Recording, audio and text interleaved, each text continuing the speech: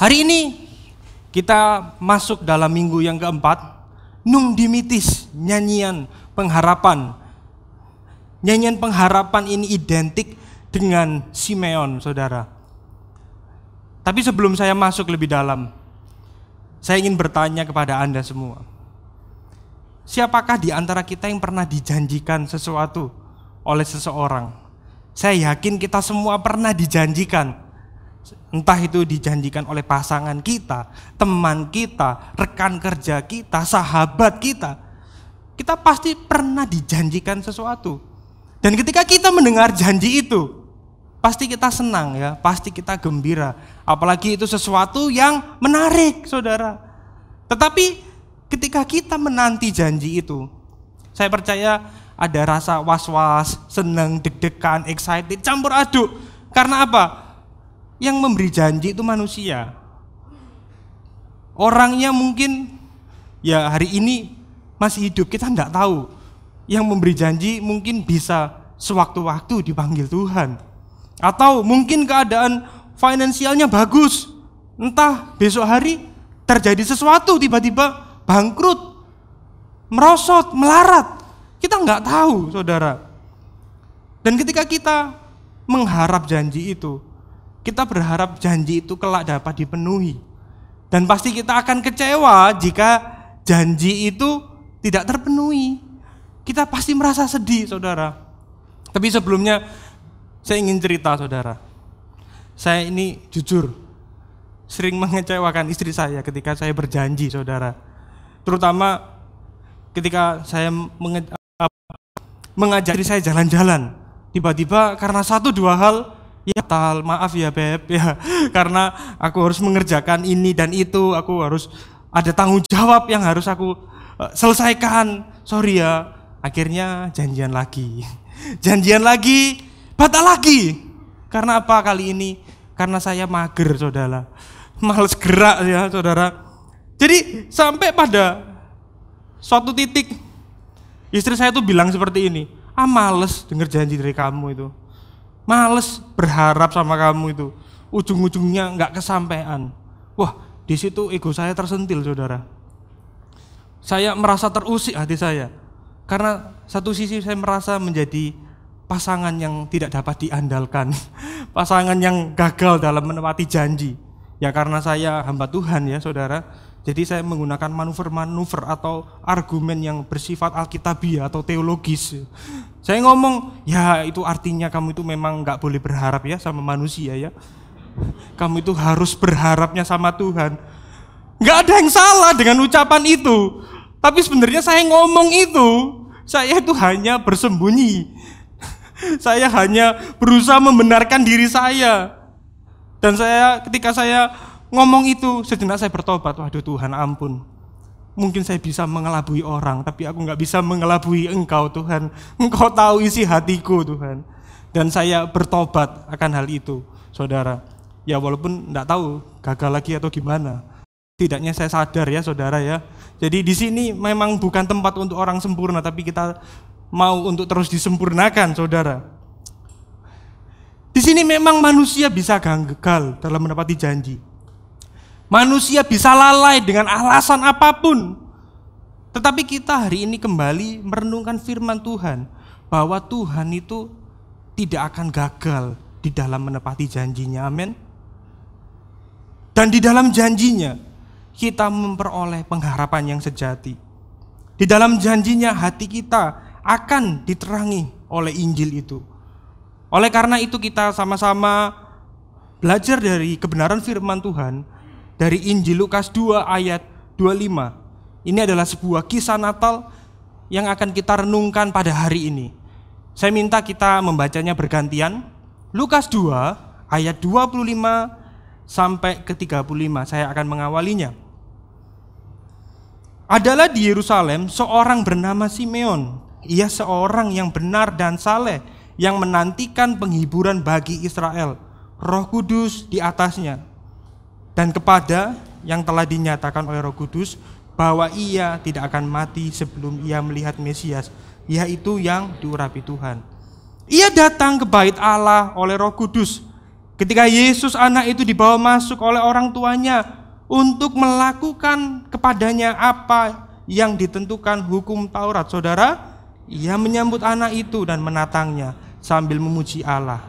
Katanya, "Sekarang Tuhan, biarkanlah hamba-Mu ini pergi dalam damai sejahtera sesuai dengan firman-Mu." 30, "Sebab mataku telah melihat keselamatan yang daripada-Mu, yang telah Engkau sediakan di hadapan segala bangsa, yaitu terang yang menjadi penyataan bagi bangsa-bangsa lain dan menjadi kemuliaan bagi umat-Mu Israel." Dan bapa serta ibunya amat heran akan segala apa yang dikatakan tentang dia. Lalu Simeon memberkati mereka dan berkata kepada Maria, ibu anak itu, "Sesungguhnya anak ini ditentukan untuk menjatuhkan atau membangkitkan banyak orang di Israel, dan untuk menjadi suatu tanda yang menimbulkan perbantahan." 35 kita baca sama-sama. "Dan suatu pedang akan menembus jiwamu sendiri, supaya menjadi nyata pikiran hati banyak orang." Berbahagialah kita yang sudah membaca dan merenungkan firman Tuhan serta melakukannya. Amin. Melalui pembacaan firman Tuhan pada hari ini, ada 2 poin penting yang bisa kita renungkan. Yang pertama, Allah memberikan pengharapan, yaitu keselamatan bagi umatnya. Tetapi sebelum saya masuk lebih dalam, saya ingin menjelaskan siapakah itu Simeon. Simeon itu nama orang. Kalau Simeon itu kucing, saudara. Jadi begitu banyak cara untuk menjelaskan atau menggambarkan karakteristik seseorang. Entah itu dari ciri khas fisiknya, entah itu dari karakternya. Banyak sekali untuk menjelaskan karakteristik seseorang. Kalau kita bingung, itu loh namanya siapa? Andre. Yang mana sih, nggak ngerti aku. Oh, yang wangi itu loh. Atau oh, yang bajunya kotak-kotak itu loh. Nah itu, oh yang potongannya cepak itu loh. Yang rambutnya gondrong. Nah, kita menjelaskan seseorang dari karakteristiknya. Mohon maaf kalau namanya Andre, bukan bermaksud menyinggung, tapi ini perumpamaan ya saudara ya. Jadi saudara, dalam tradisi Kristen di luar Alkitab, pada abad permulaan, Simeon dipahami sebagai seorang imam 112 tahun. Umurnya 112 tahun. Tetapi ketika kita membaca Lukas, sebenarnya tidak ada petunjuk apapun tentang jabatan dan usia Simeon. Fakta bahwa ia berada di bait Allah dan mendoakan Yusuf dan Maria bukan berarti dia seorang imam. Orang yang setiap hari ke gereja belum tentu dia adalah hamba Tuhan. Bisa saja OB, bisa saja security. Jadi tidak menunjukkan bahwa dia adalah seorang imam. Tetapi di sini Rasul Lukas menjelaskan Simeon dari sisi spiritualitasnya.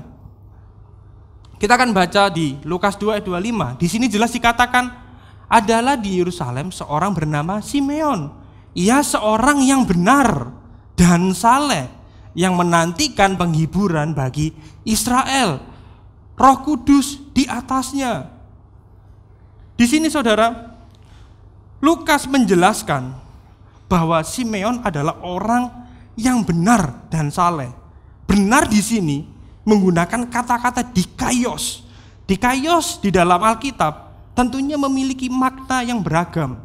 Dikaios di dalam tulisan Rasul Paulus, di dalam surat-suratnya, itu mengacu kepada pembenaran oleh iman. Berbicara tentang status hukum orang percaya yang ada di dalam Kristus. Tetapi dikaios di dalam Lukas itu mengarah kepada keteladanan hidup yang menyiratkan posisi terhormat, dan itu kerap kali dikaitkan dengan karakter para nabi di dalam Perjanjian Lama.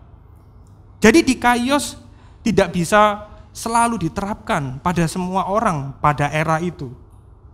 Kemudian yang menarik, Rasul Lukas menjelaskan bahwa dia adalah orang yang saleh. Saleh di sini menggunakan kata-kata eulabes. Eulabes itu dikaitkan dengan ketaatan pada Taurat. Bahkan dalam literatur Yunani kuno, eulabes merujuk pada warga negara yang ideal, yang selalu berhati-hati dan teliti mengikuti peraturan masyarakat dan negara. Nah, ini berbeda sekali kadang dengan kita gitu. Kalau kita kadang menemukan jalan buntu, kalau bisa kita itu cari gampangnya. Ada orang dalam enggak? Ya apa caranya supaya bisa gitu ya. Ya konon katanya 3 kunci sukses adalah berusaha, berdoa, dan orang dalam. Kita berusaha cari celah. Itu yang terjadi di dalam masyarakat kita. Kita kembali kepada Simeon. Selain benar dan saleh, Simeon juga menantikan penghiburan ilahi. Apa yang dimaksud dengan penghiburan ilahi? Penghiburan ilahi adalah kelepasan Yerusalem atau menantikan kelepasan Yerusalem yang dilakukan oleh Mesias. Di dalam PL pun ide tentang penghiburan begitu banyak. Perlu diingat bahwa pada era itu Israel sedang di dalam sebuah penderitaan, dalam keadaan yang menyedihkan. Mereka dalam penjajahan Romawi, mengalami kekejaman Herodes, dan secara rohani mereka lagi hancur-hancurnya. Mereka hanya melakukan kegiatan rutinitas yang bersifat agamawi, yang bersifat lahiriah, tetapi mereka tidak mengasihi Tuhan. Dan pada masa itu Tuhan sedang diam selama 400 tahun, tidak ada nubuatan, tidak ada, Tuhan tidak berbicara, tidak ngomong apa-apa kepada bangsa Israel. Tetapi di sini Simeon tetap menantikan penghiburan untuk Israel. Ide tentang penghiburan terbukti di Yesaya 40 ayat 1 dan 2. Jelas dikatakan, hiburkanlah, hiburkanlah umatku, demikian firman Tuhan Allahmu, tenangkanlah hati Yerusalem dan serukanlah kepadanya bahwa perhambaannya sudah berakhir, bahwa kesalahannya telah diampuni. Sebenarnya banyak sekali kalau saya mau tampilkan. Ada di Yesaya 49, Yesaya 51, Yesaya 57, dan Yesaya 61. Jadi ide tentang penghiburan dan kelepasan Israel itu begitu banyak dan sudah dinubuatkan di dalam perjanjian lama. Dan kedatangan Mesias ini sangat diharapkan oleh mereka. Sehingga Mesias itu benar-benar ditunggu. Dan Simeon itu menunggu penghiburan ilahi. Kedatangan Kristus bagi Simeon adalah jawaban bagi dia. Tidak heran jika kita melihat Injil Lukas, dalam Lukas 1 sampai Lukas 2, kita sudah bahas selama 3 minggu yang lalu. Banyak diwarnai tentang ide sukacita dan penghiburan. Luar biasa sekali saudara. Simeon menunggu penghiburan itu. Dan di ayat yang ke-28 dikatakan seperti ini, ia menyambut anak itu dan menatangnya sambil memuji Allah. Di dalam teks aslinya, menyambut bukan cuma menyambut, tapi dia itu menatangnya. Dalam teks aslinya itu dia hanya menerima dengan lengannya yang terbuka. Dia menatangnya, menerimanya sambil memuji Allah. Di sini bukan Simeon yang mengambil bayi Yesus, tapi dia menerima bayi itu. Ini merupakan tanda bahwa Simeon itu merasakan apa yang sudah digenapi di dalam hidupnya. Begitu pentingnya peristiwa ini, sampai-sampai di dalam tradisi Kristen, Simeon disebut Theotokos. Apa itu Theotokos? Theotokos itu adalah penerima Allah. Simeon disimbolkan sebagai penerima Allah. Ini sebuah gambaran yang begitu indah bagi kita saudara. Yang perlu kita lakukan hanyalah menerima anugerah itu. Anugerah itu bukan sesuatu yang kita upayakan, tetapi anugerah itu sepenuhnya inisiatif Allah. Kita hanya perlu menerimanya melalui iman dan pengharapan kepada Kristus. Oleh karena itu kisah Natal itu bukan manusia yang mencari Allah, tetapi Allah lah yang mencari manusia. Allah lah yang menghampiri manusia berdosa seperti saya dan Anda. Natal itu bukan hanya Christmas dinner, bukan hanya tukar kado, bukan hanya ya foto-foto rame-rame janjian. Tidak ada yang salah dengan hal itu, tetapi itu bukan esensi Natal. Esensi Natal adalah Tuhan yang Maha Kudus, Tuhan yang Maha Suci mengambil rupa manusia berdosa untuk menyelamatkan kita, saudara. Amin. Selanjutnya kita akan belajar bahwa Simeon mengatakan seperti ini di dalam Lukas 2 ayat 29. Kita baca sama-sama ya, saudara. 1, 2, 3. Sekarang Tuhan, biarkanlah hamba-Mu ini pergi dalam damai sejahtera sesuai dengan firman-Mu. Di sini, di dalam pujiannya, Simeon tahu siapa dia di hadapan Allah. Dia menggunakan kata-kata doulos. Doulos ini adalah hamba. Dan dia menganggap Tuhan adalah despotes. Artinya ini adalah Tuhan yang berdaulat. Yang ditekankan oleh despotes ini adalah dimaksudkan sebagai penekanan terhadap kedaulatan Allah sebagai Tuhan. Simeon benar-benar sadar posisinya dia di hadapan Allah. Ini menunjukkan sikapnya sebagai hamba yang taat kepada kedaulatan Tuannya. Simeon gak mengatakan, Tuhan biarkanlah hamba-Mu ini pergi, karena hamba-Mu ini sudah sungguh-sungguh berdoa selama berpuluh tahun, bertahun-tahun, hamba-Mu ini sungguh-sungguh berdoa, maka kalau Engkau datang di hadapanku sebagai bayi, ini memang ganjaranku, ini memang hasil usahaku. Simeon tidak mengatakan itu, saudara. Kalimat itu tidak ada dalam percakapan Simeon. Tapi kalau kita renungkan, bukankah ini cukup kontras dengan kehidupan kita sebagai orang Kristen, dengan kebanyakan orang Kristen di masa kini? Seringkali justru kita menuntut Allah untuk menggenapi janjinya. Bahkan seringkali kita memperlakukan Tuhan sebagai hamba kita. Seringkali kita marah kepada Dia jika doa-doa kita tidak dikabulkan. Saudara yang terkasih dalam Tuhan, saya tidak bermaksud mengecilkan profesi asisten rumah tangga. Saya percaya semua profesi itu penting, semua profesi itu baik. Tapi bayangkan jika Anda memiliki ART atau sopir pribadi atau karyawan, tetapi justru mereka yang memberi perintah seenaknya kepada kita, sang pemilik rumah atau pemilik perusahaan. Memberi perintahnya pun sewenang-wenang, pakai ngancam-ngancam. Ayo Pak, ambil lo minum. Ayo setirno, aku malas nyetir pisan. Bagaimana perasaan Anda sebagai tuan, sebagai pemilik rumah, sebagai pemilik perusahaan, jika ada orang bawahan kita malah memerintah kita seenaknya, saudara? Bukankah itu sikap yang kurang ajar, saudara? Itu kalau pepatah itu bilang dikasih hati minta jantung. Itu halus sekali. Kalau orang Surabaya dikei hati njaluk rempelo gitu ya. Bukankah itu sikap yang tidak semestinya? Tetapi faktanya seringkali kita memaksa Tuhan untuk menggenapi doa-doa kita. Seringkali kita memaksa Tuhan untuk memenuhi permintaan kita, saudara. Kemudian kita menuntut Tuhan. Tuhan, kalau Engkau gak ngabulkan, aku gak Kristen-Kristenan, gak Tuhan-Tuhanan, gak pelayan-pelayanan, gak Tuhan-Tuhanan, wis aku pindah keyakinan Tuhan. Ngancam Tuhan sedemikian rupa. Bukankah kita sama dengan sikap orang yang menjadi bawahan tapi memerintah Tuhan kita? Kita tidak menaruh Tuhan sebagai Tuhan, tetapi kita menaruh Tuhan hanya sebagai hamba kita. Kita perlu tahu, saudara, jika Tuhan menepati janji kepada Simeon, itu bukan karena Simeon baik, amin.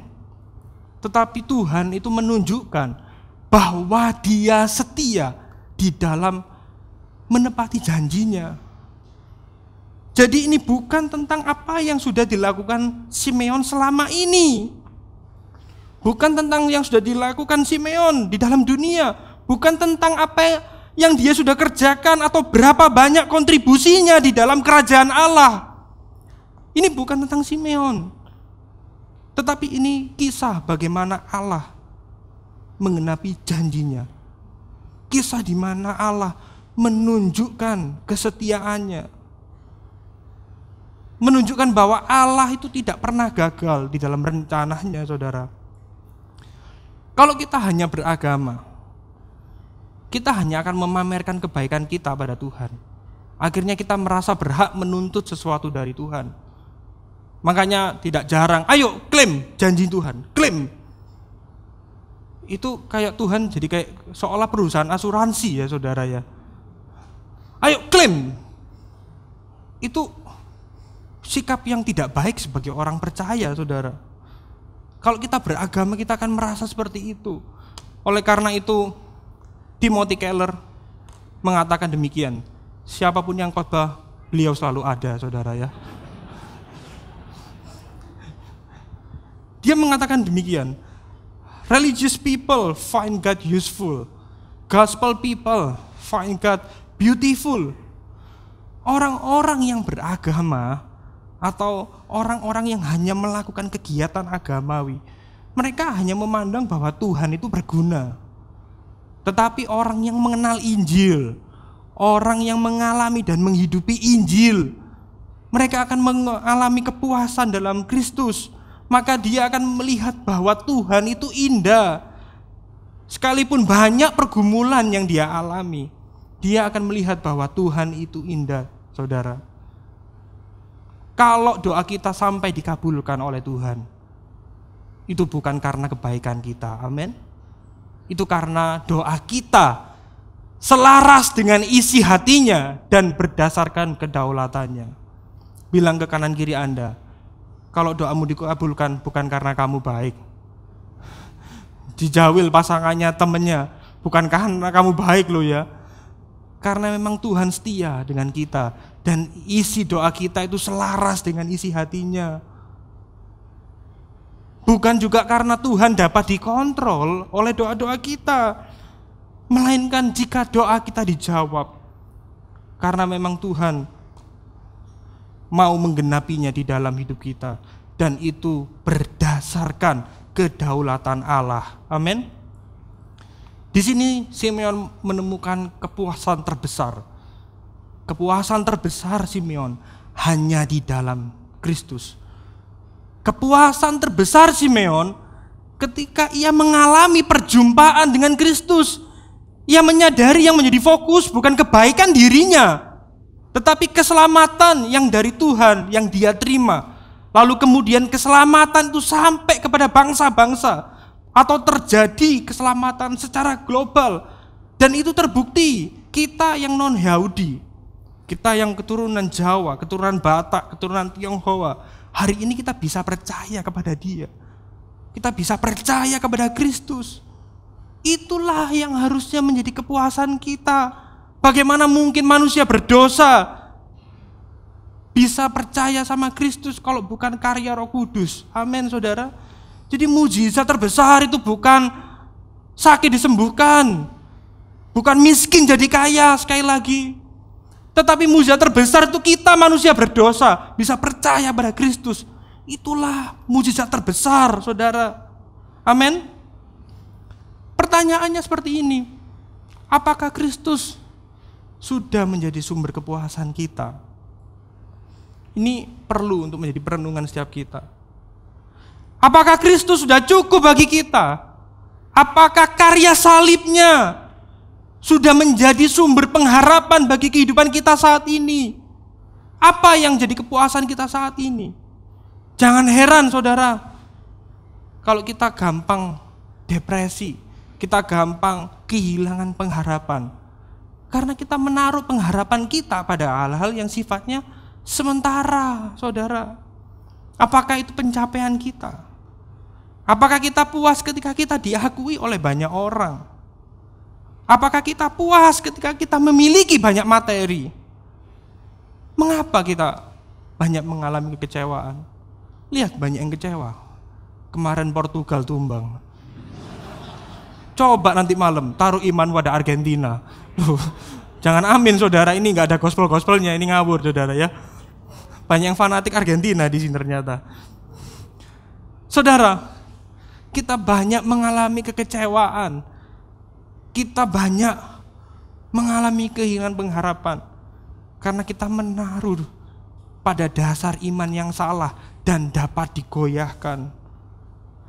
Atau mungkin selama ini kita sebagai orang Kristen mudah digoyahkan dan kehilangan pengharapan karena mungkin kita hanya sekedar beribadah saja, tapi kita tidak mengalami perjumpaan dengan Kristus. Kita hanya melakukan kegiatan agamawi, ke gereja, aktif dalam komunitas, tapi kita tidak mengalami perjumpaan dengan Kristus. Ini patut kita renungkan, saudara. Kalau hari ini hati Anda tersentuh, mari dengarkanlah suara Sang Gembala Agung, Yesus Kristus. Dia ingin kembali menghampiri engkau. Dia ingin menjumpai engkau. Dia ingin tinggal di dalam hatimu dan mengubah hidupmu, menarik engkau dari gelap menuju terang. Dia ingin bersama-sama dengan engkau, saudara.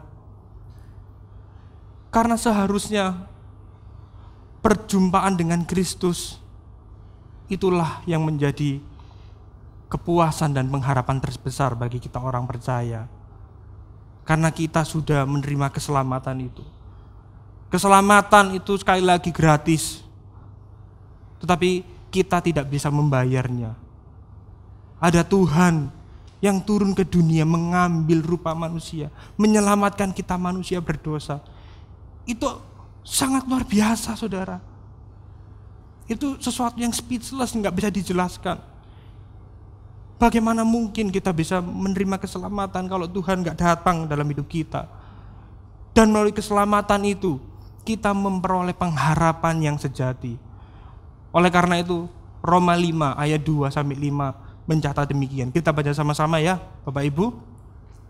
Oleh Dia kita juga beroleh jalan masuk oleh iman kepada kasih karunia ini. Di dalam kasih karunia ini, kita berdiri dan bermegah dalam pengharapan akan menerima kemuliaan Allah. Dan bukan hanya itu saja, kita malah bermegah juga dalam kesengsaraan kita, karena kita tahu bahwa kesengsaraan itu menimbulkan ketekunan, dan ketekunan menimbulkan tahan uji, dan tahan uji menimbulkan pengharapan, dan pengharapan tidak mengecewakan karena Allah telah dicurahkan di dalam hati kita oleh Roh Kudus yang telah dikaruniakan kepada kita. Berikan tepuk tangan yang paling meriah buat Tuhan kita, saudara. Oleh karena itu, Matt Chandler pernah mengatakan demikian. Kalau saya memiliki Kristus dan kehilangan segala sesuatu, saya memiliki segalanya. Tetapi kalau saya memiliki segalanya dan tidak memiliki Kristus, maka sebenarnya saya sudah kehilangan segalanya. Biarlah Kristus yang menjadi harta terbesar kita. Biarlah Kristus yang menjadi sumber sukacita dan pengharapan kita sebagai orang percaya.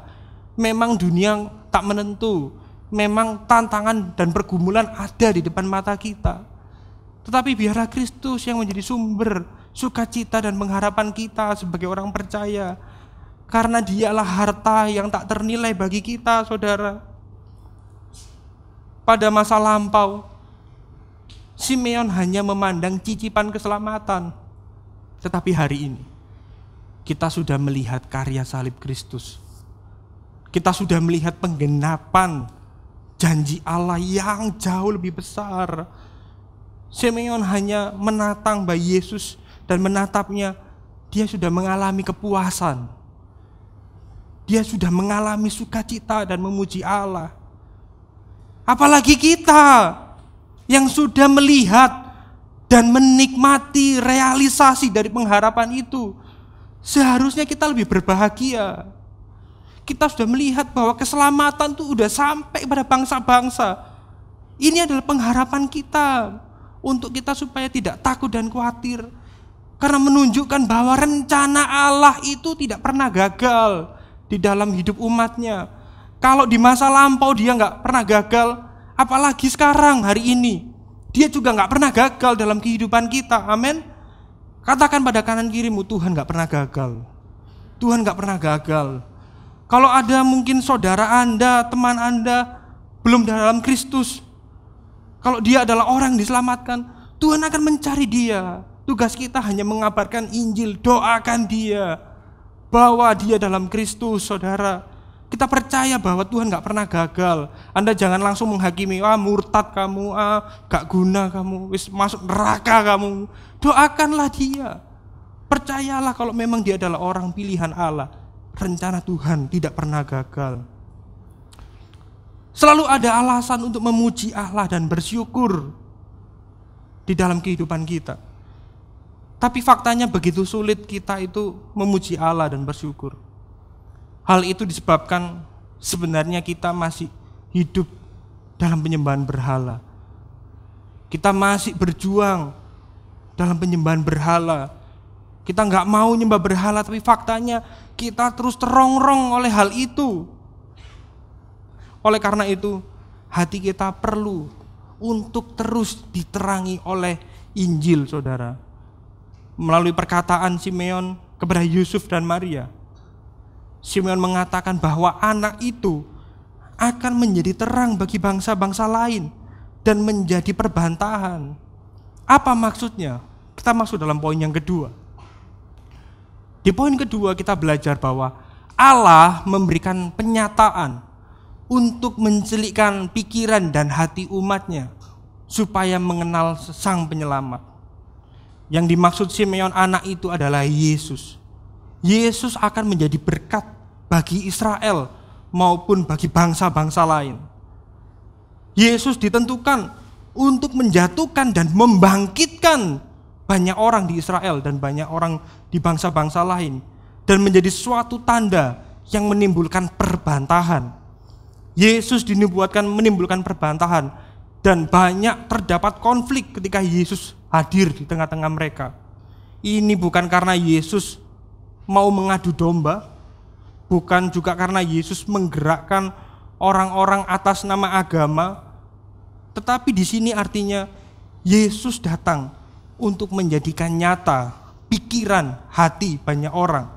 Karena banyak orang yang melawan kebenaran, banyak orang yang menolak akan pengenalan pada Allah.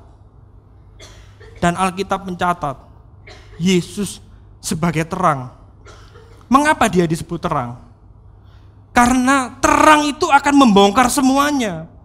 Orang-orang Farisi sangat terusik hatinya karena self-righteousnya diterangi oleh Tuhan. Self-righteousnya langsung dibongkar oleh Yesus. Kesombongan mereka di dalam memahami Taurat dibongkar oleh Yesus. Mereka yang tidak memiliki belas kasihan, semua dibongkar oleh Yesus melalui perumpamaan-perumpamaan Yesus. Saudara yang terkasih dalam Tuhan, rupanya ini tidak hanya berlaku pada ahli Taurat di era itu. Hal ini juga berlaku bagi kita yang hidup di masa kini. Ini juga berbicara tentang konflik di dalam hati kita sebagai orang berdosa. Seringkali kita memiliki kebenaran versi kita sendiri. Seringkali kita menganggap bahwa diri kita lebih bijak daripada orang lain. Kita menganggap bahwa diri kita ini paling benar. Kita merasa paling rohani. Kita paling dermawan. Itu akan dibongkar oleh terang yang Yesus bawa.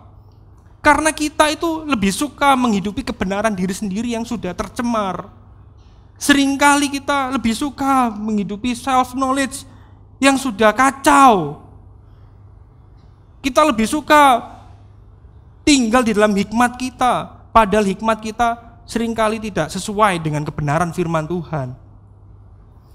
Oleh karena itu, ketika kita berjumpa dengan Yesus, waktu berjumpa dengan sang kebenaran itu, pasti ada konflik di dalam hati kita. Pasti kenyamanan kita terusik.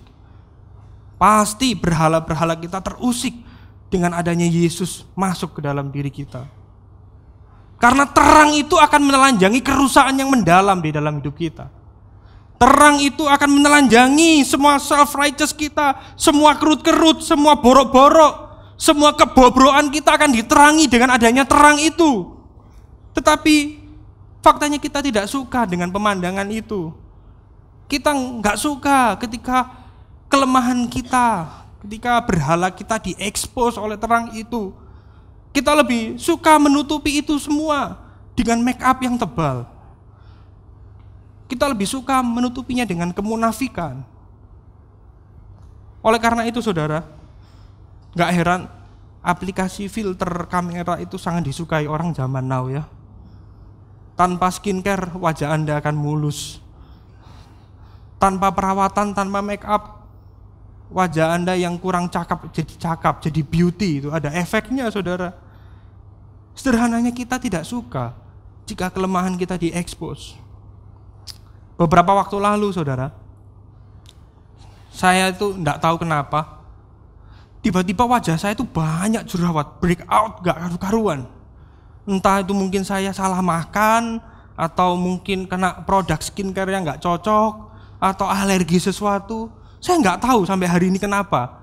Sampai-sampai teman-teman dekat saya, teman-teman kantor, semua tanya, "Div, apa kok mukamu gitu?"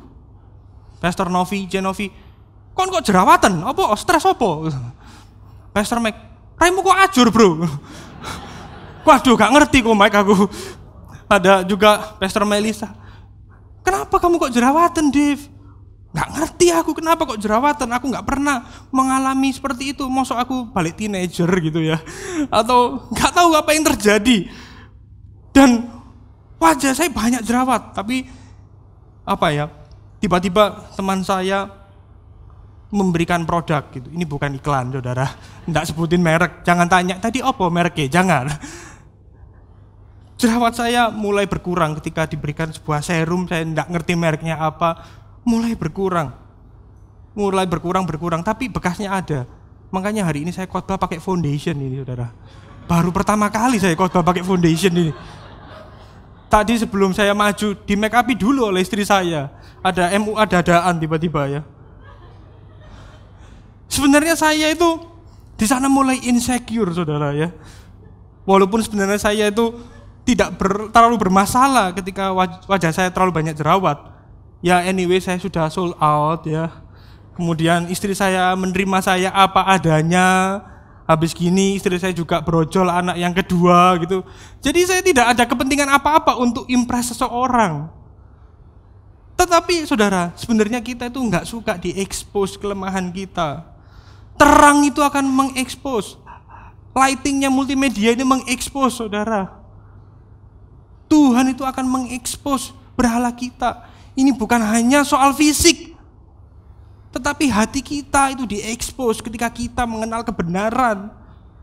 Karena faktanya ketika terang itu menghampiri kita, kebenaran itu menghampiri kita, ia akan menunjukkan kerusakan-kerusakan yang ada di dalam hati kita. Mungkin kita sendiri sebelumnya nggak tahu, tetapi ketika kita mengenal Injil, kelemahan kita akan diekspos saudara. Inilah artinya hati dan pikiran kita menjadi nyata waktu terang itu datang dalam hidup kita saudara. Di dalam ayat ini saudara mengatakan anak ini ditentukan untuk menjatuhkan atau membangkitkan banyak orang di Israel dan untuk menjadi suatu tanda yang menimbulkan perbantahan. Di dalam ayat ini juga menjadi penghiburan bagi kita. Karena anak yang dijanjikan ini, Yesus Kristus, bukan hanya menjatuhkan, tetapi dia juga membangkitkan. Sungguh berbahagia bagi kita yang dibangkitkan.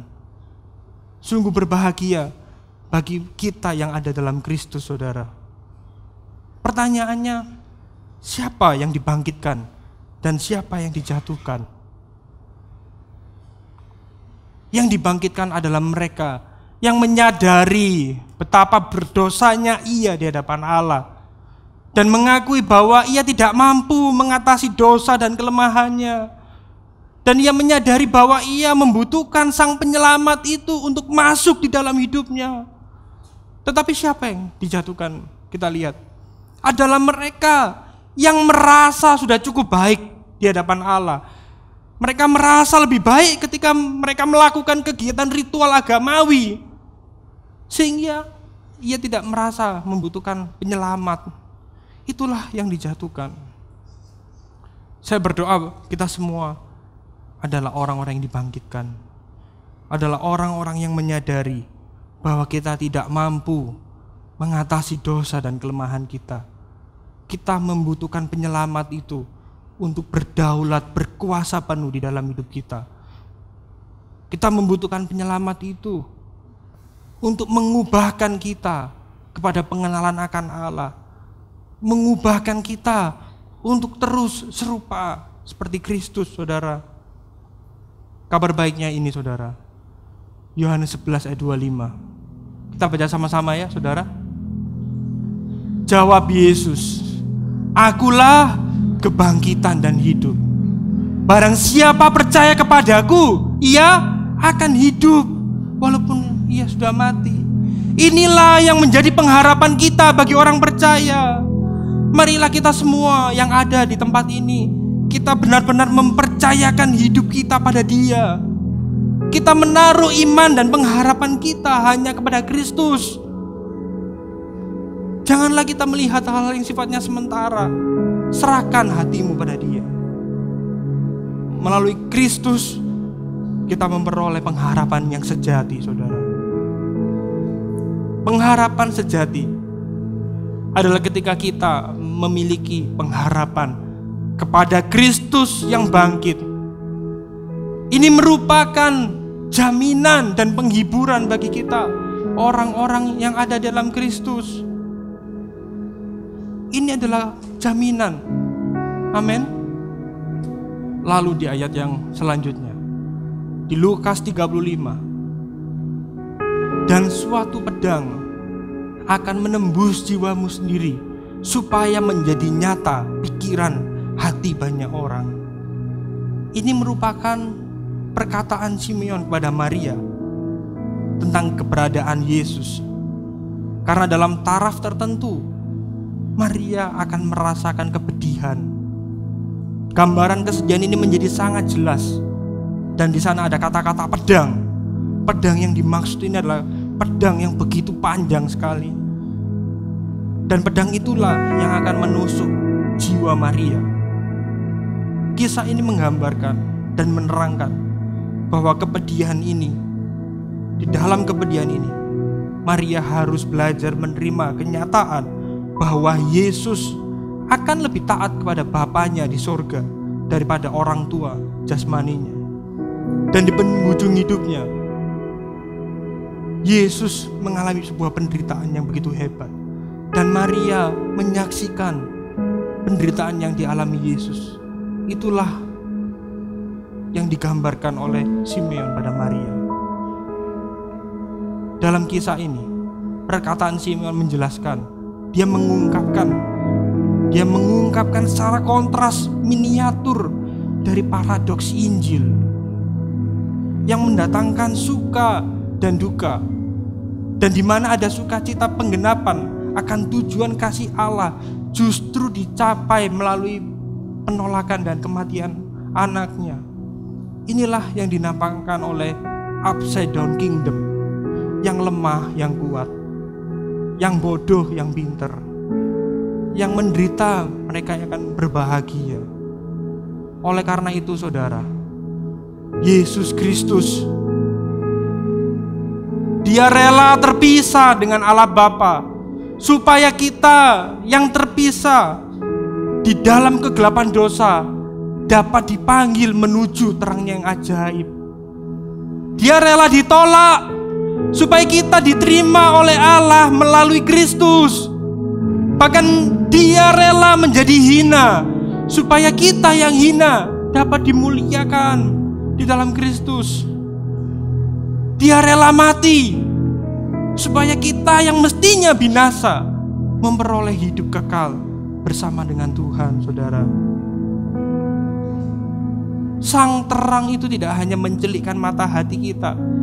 Terang itu tidak hanya mengekspos kelemahan kita, tetapi sang terang itu senantiasa mendampingi kita di dalam setiap penderitaan dan memampukan kita hingga kekekalan. Berikan tepuk tangan buat Tuhan kita, saudara. Karena Yesus sudah turun ke dunia, kita tidak perlu merasa takut akan masa depan. Karena janji dan rencananya tidak pernah gagal dalam kehidupan kita. Amin. Karena Kristus sudah turun ke dunia, kita tidak perlu mencari kepuasan dari dunia ini. Karena dalam Kristus kita dapat menemukan kepuasan yang sejati. Karena Kristus turun ke dunia, kita tidak perlu khawatir tentang kehidupan kita. Karena dalam Kristus kita memiliki pengharapan yang sejati. Karena dalam Kristus kita tak perlu takut menderita, karena Dia senantiasa mendampingi kita bahkan di dalam setiap penderitaan yang kita alami hari ini. Amin. Biarlah hari ini kita kembali menaruh iman dan pengharapan kita pada Kristus. Saya undang Anda untuk bangkit berdiri, kita nyanyikan lagu ini bersama-sama.